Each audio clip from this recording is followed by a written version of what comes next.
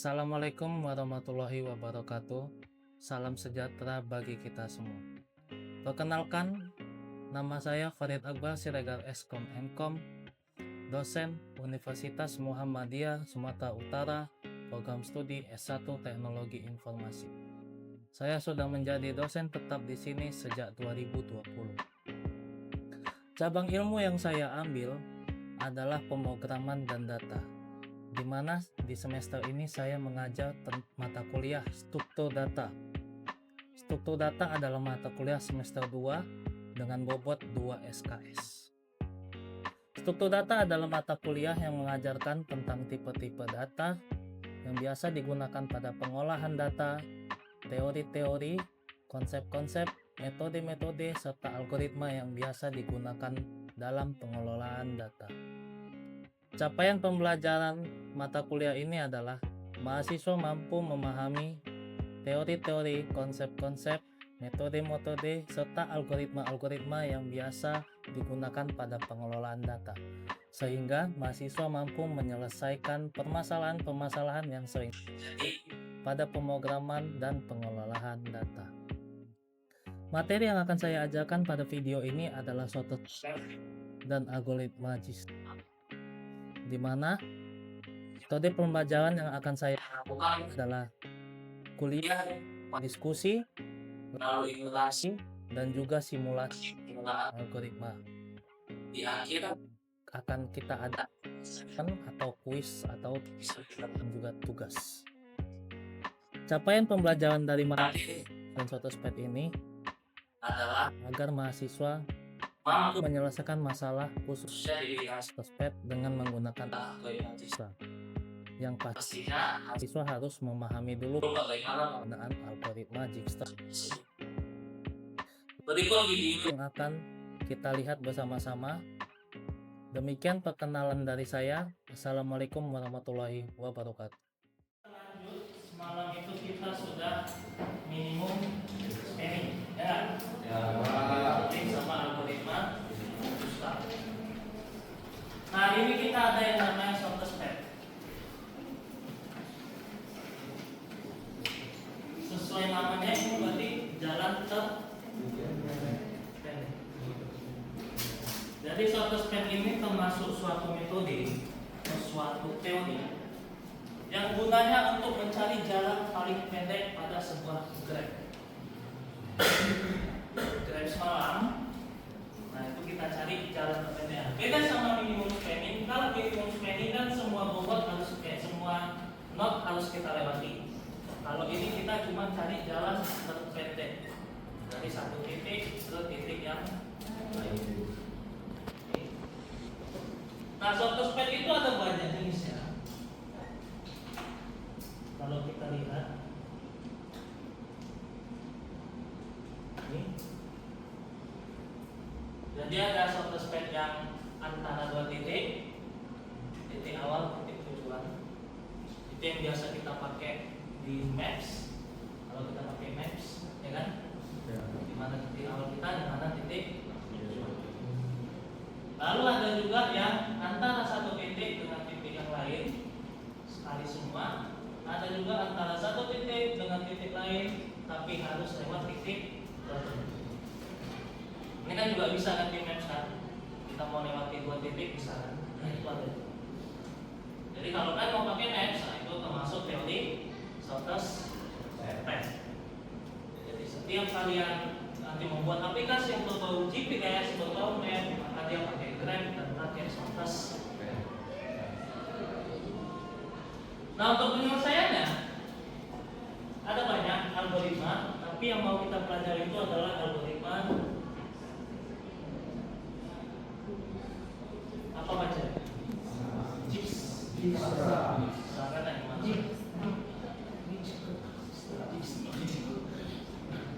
Jadi algoritma Jigsaw ini salah satu algoritma yang paling umum dipakai, yang paling sering dipakai, yang Maps pun pakai ini. Jadi kalau kalian bilang Jigsaw itu orang nggak pada paham. Yang gunanya untuk mencari dari satu titik ke titik lain. Fokus dia cuma itu. Satu titik ke titik lain. Nggak satu titik ke semua titik, nggak semua titik ke semua titik. Jadi dia cuma satu titik ke titik. Oke. Nah, langkah-langkahnya nih.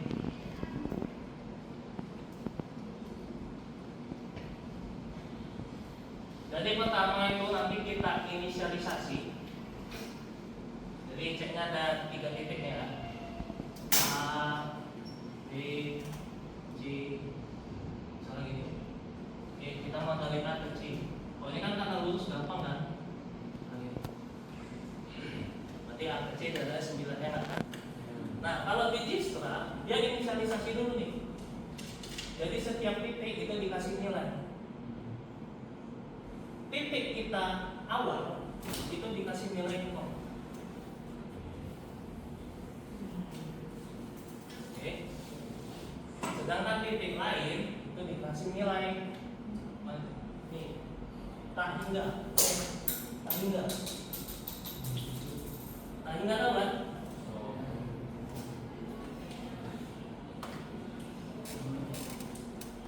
Dengan kata lain tak hingga itu nilai paling besar ya kan?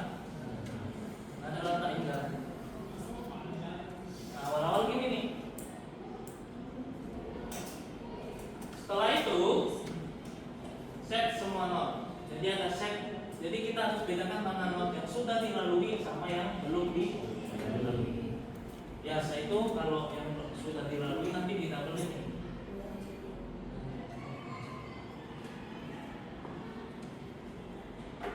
Biasa yang belum dilalui dia ditambah ini.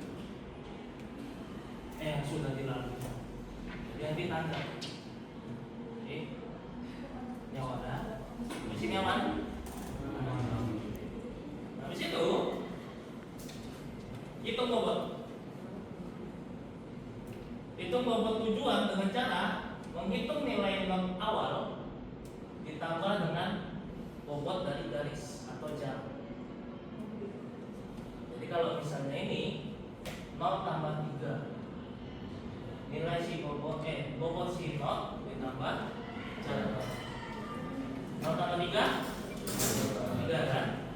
Nah, setelah itu dibandingkan dengan not tujuan. Jika jaraknya lebih kecil, maka nilainya diganti. Jadi ini kan not tambah 3 dibandingkan sama not tujuan tak 3 sama tak 3 lebih kecil 3. Maka ini diganti nanti jadi 3. Gitu nanti. Oke. Habis itu dia pindah, nanti bandingkan lagi sampai selesai. Oke, tinggal misalnya satu cabang ya. Nanti kita coba yang banyak cabang. Penting tahu dulu inisialisasinya.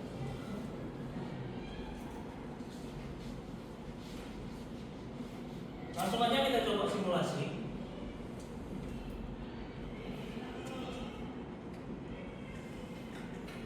Nah, ini contoh kalau misalnya banyak cabang. Ada titik 1, 2, 3. Ada typo ya, makanya aku tulis ulang. Ini 6 ya.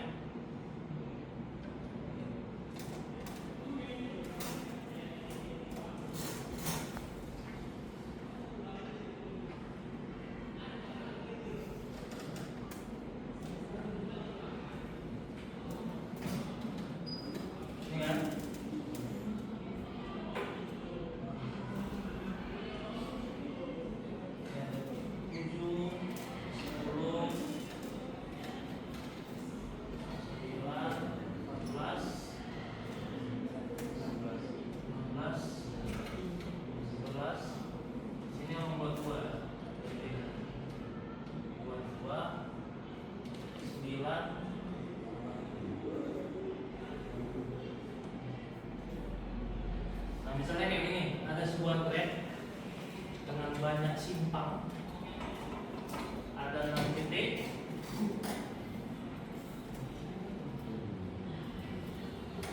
Soalnya not awal 1, not tujuan 5. Oke, jadi kita mencari dari 1 ke berapa?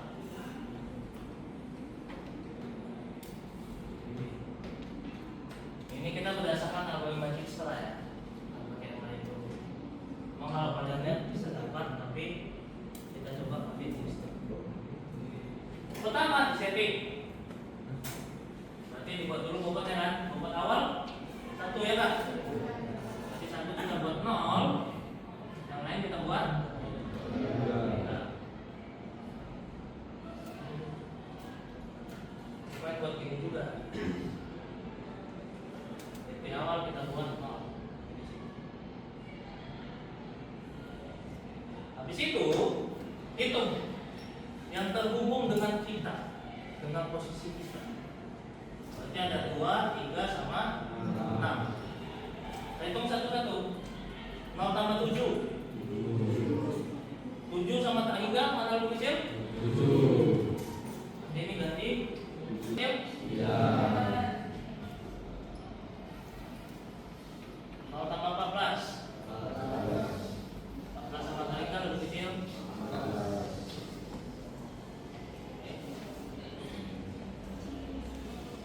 Ini bisa?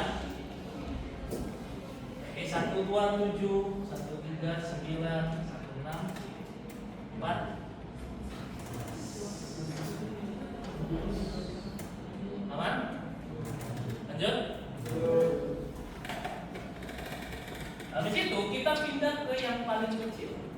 Ada 7, 9, 14. Jadi mirip kayak print, ya kan? Nah, titik. Berarti kita ke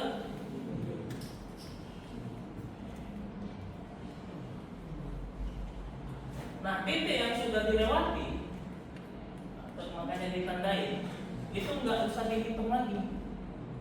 Jadi kalau bisa dihitung dari sini jangan hitung lagi sini. Nanti gini-gini aja bolak-balik. Oke? Makanya ada tandanya. Jadi ini nggak usah lagi. Berarti 2 bisa ke 3 sama ke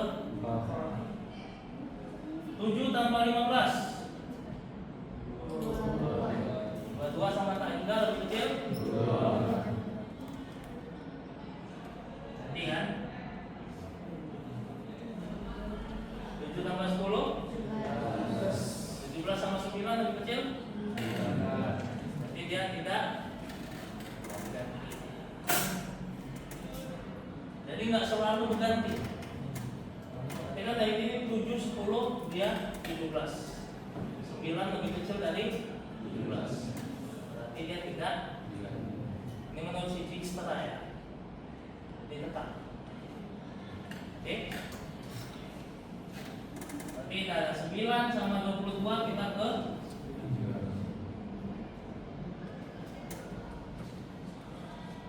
jadi nggak selamanya mesti diganti. Dan biasanya kalau tidak ada pergantian berarti jalan ini salah. Karena ternyata ada yang lebih kecil. Tapi semua dihitung dulu nanti baru. Ya.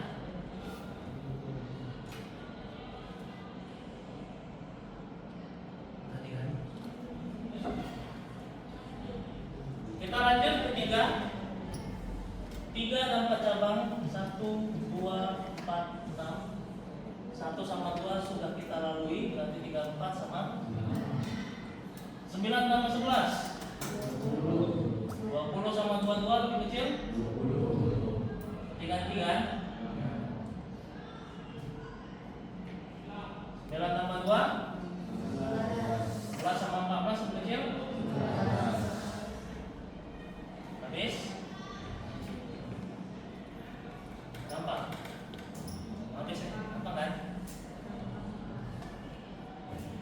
Jadi ada 4 sama 6, maka kita pilih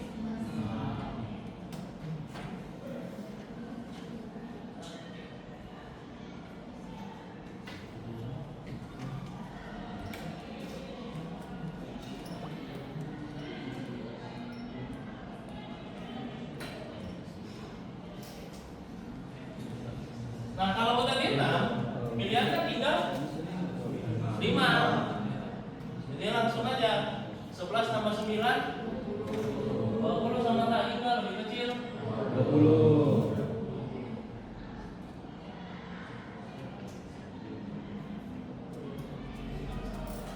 Oke. Nah si Dijkstra ini ketika sudah nyentuh tujuan dia langsung selesai. Jadi dia nggak peduli titik yang lain. Jadi begitu dapat tujuan dia tahu tujuannya itu cuma 5. Ya udah, begitu dapat 5 udah langsung aja 1 ke 5 berarti jaraknya 10.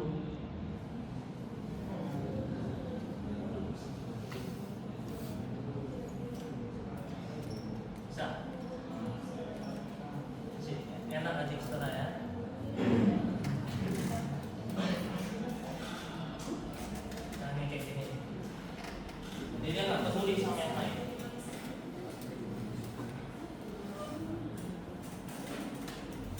Nah, kelemahan titik start itu dia kalau udah kena satu pilihan kayak gini.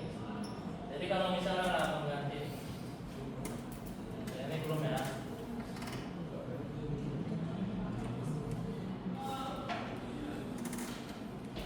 Masih tanya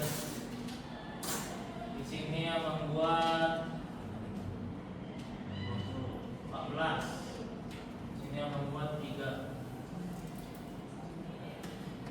Nah, kayak gini kan kalau kita lihat lebih cepat dari sini kan. Sini 23, sini 24. Ya kan? Nah, tapi karena kita sudah di sini, mau nggak mau kita harus ke sini. Karena nggak ada cabangnya ke sini. Jadi mau nggak mau, ini tetap harus 20. Ini 25. Oh, 24 sama. Itu. Makanya kalau kalian coba di map, biasa kalau kalian kelewatan, jangan sejalan terus juga kan. Tapi cara lain kan, alternatif lain. Nggak ada dia memutar. Karena sekalinya dia kelewat, dia harus tetap harus lanjut. Itu logic. Dan itulah yang dipakai di begitu kita kelewatan, dia langsung hitung lagi untuk ke depannya pakai.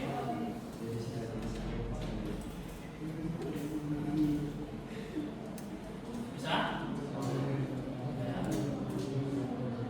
Jadi nanti kalian buat kayak gini. Ini kan kalian pakai buat pulpen warna itu kan, jadi pakai.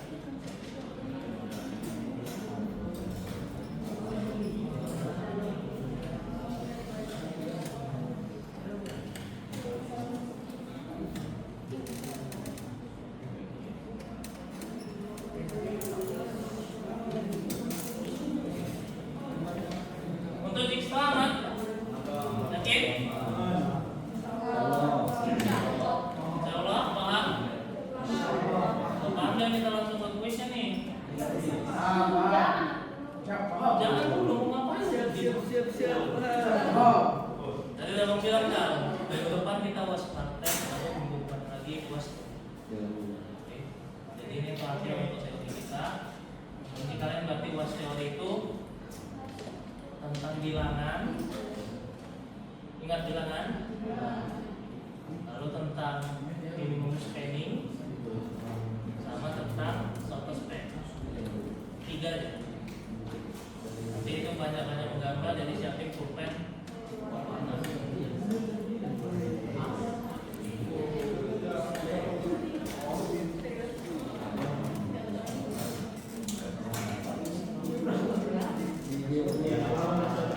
Oke, nah untuk kuisnya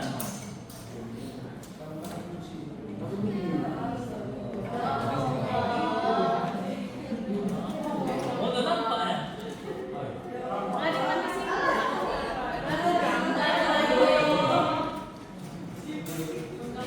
Gampang kan?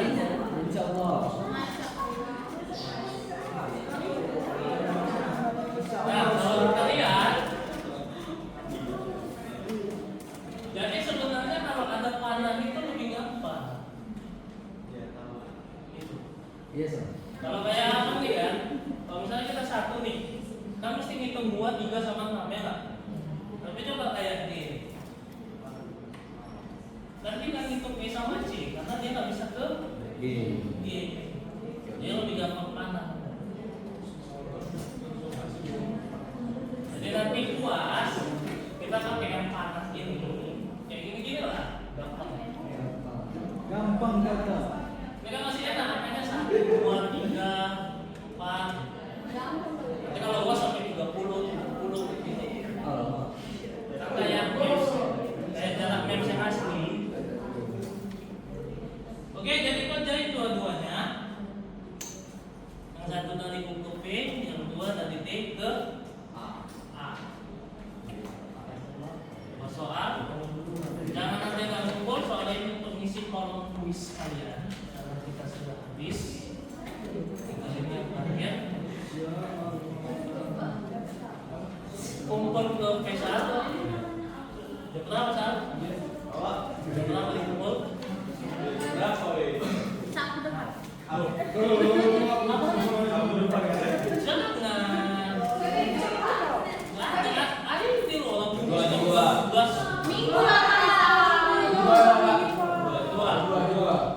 paling lama. Kumpul ke Faisal, kumpul apa? Kan? Oke.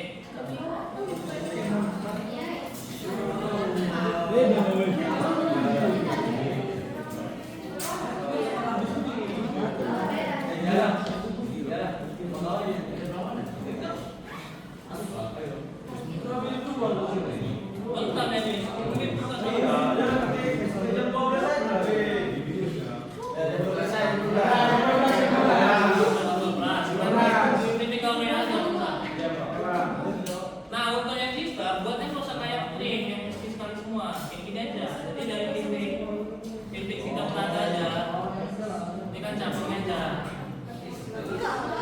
Nah, kita cabang, paham kan? Jadi nggak kayak minimum penny. Minimum penny kan kalau sekali semua dibuat kan. Kalau ada kebutuhan ya, ini juga gini aja. Cabangnya aja, lanjut cabang mana?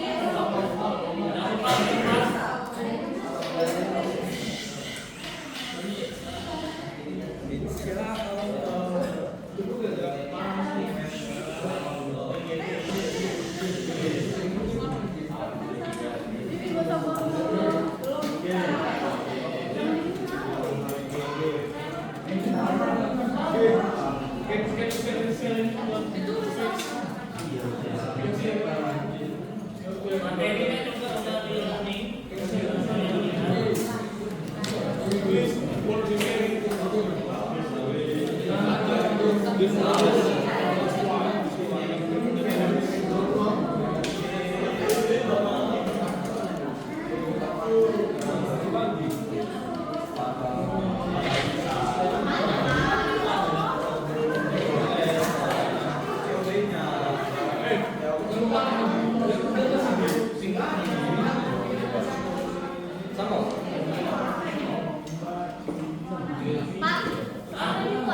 apa?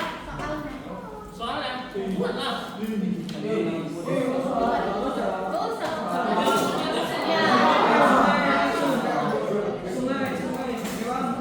Pokoknya buat sampai gimana coba ya? Abang pandai bacanya lah. Jangan sampai nggak jelas. Mulai buat.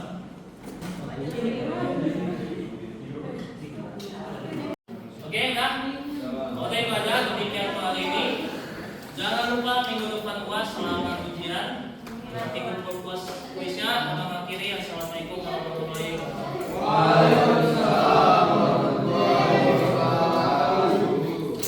Demikian video pembelajaran dari saya dengan materi struktur data untuk menjadi referensi dan untuk dilihat sebagai bahan pembelajaran ke depannya.